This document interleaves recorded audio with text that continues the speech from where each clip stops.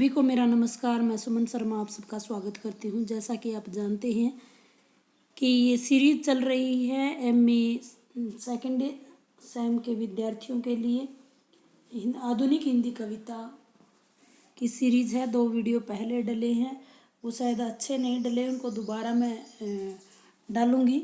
अभी हम बात कर रहे हैं ब्रह्म राक्षस, जो कि मुक्तिबोध की लंबी कविता है।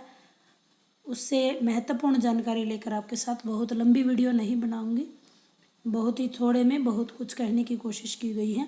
मुक्तिबोध द्वारा रचित है, एक लंबी कविता है। इसका समय जो है 1956 से 62 माना जाता है। कोई प्रॉपर इसकी डेट नहीं पता है कि कब प्रकाशन में आई है। कविता में फैंटेसी की अतिशयता है।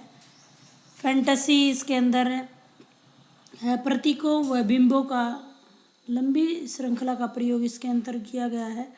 सत्य शोधक जो कि एक गणितज्ञ है, वो सत्य की खोज करने की कोशिश करता है। बाहर और भीतर के समन्वय को दिखाने की कोशिश की है। अभी देखिए ब्रह्म राक्षस के बारे में। ब्रह्म राक्षस है क्या, सबसे पहले ये जान लेते हैं। ब्रह्म राक्षस एक प्राचीन प्रतीक है, भूतों का एक विशेष वर्ग से कह सकते हैं।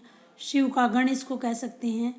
विश्वामित्र का वंशज तथा ब्राह्मण की अकाल मृत्यु जो कि प्रेत योनि में विचलित हो, उसको कहा जा सकता है। यह एक गणितज्ञ, एक सत्य शोधक है। सत्य शोधक की व्यथा कथा के बारे में कहा गया है। एक ऐसा गुरु का प्रतीक है जो जिसमें अतिशय ज्ञान भरा हुआ है, लेकिन उसको सार्थकता प्रदान नहीं है। आइए बात करते हैं।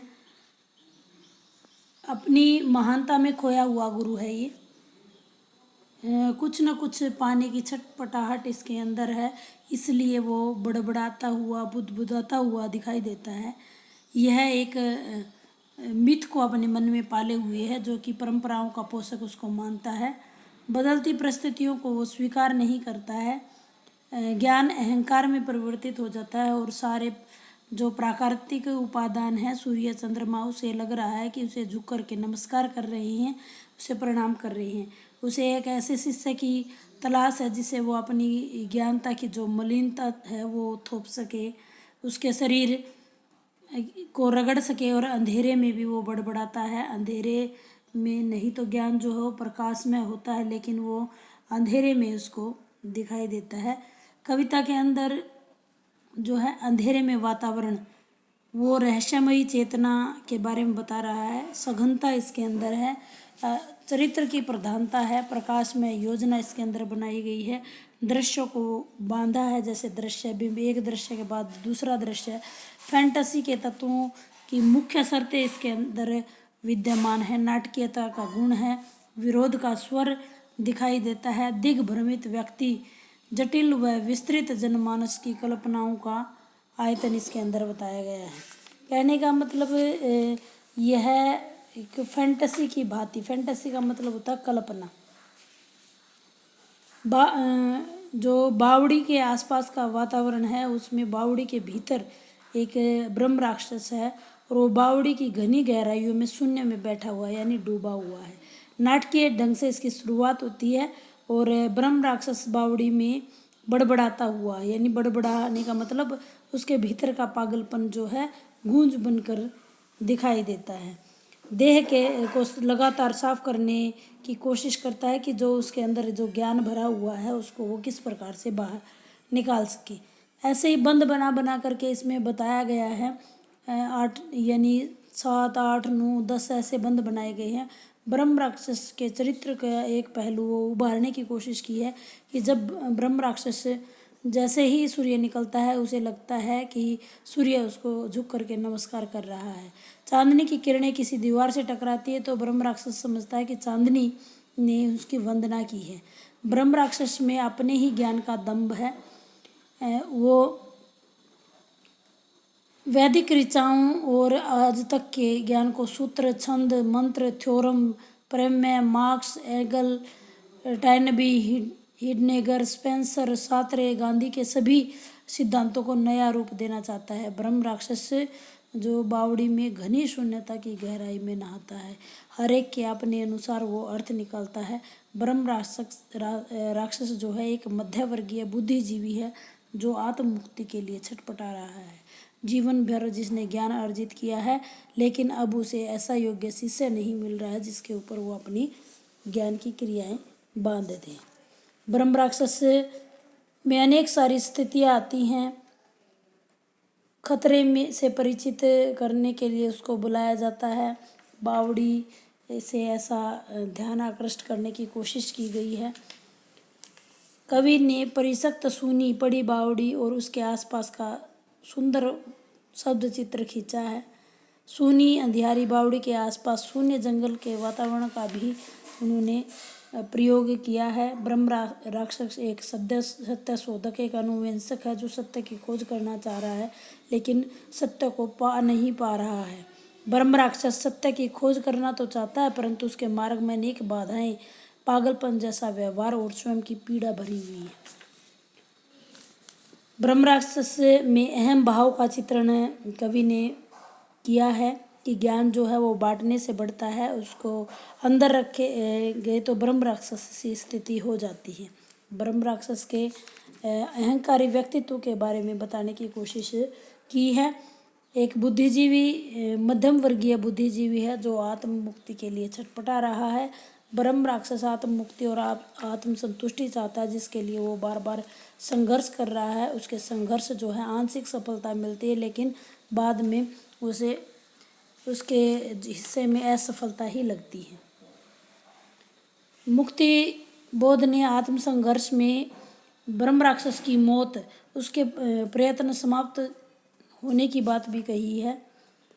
कवि यहाँ बताना चाहता है कि ब्रह्म राक्षस जो है आत्म चेता व्यक्ति है जो महत्व न पाने के कारण विषादकुल हो गया है।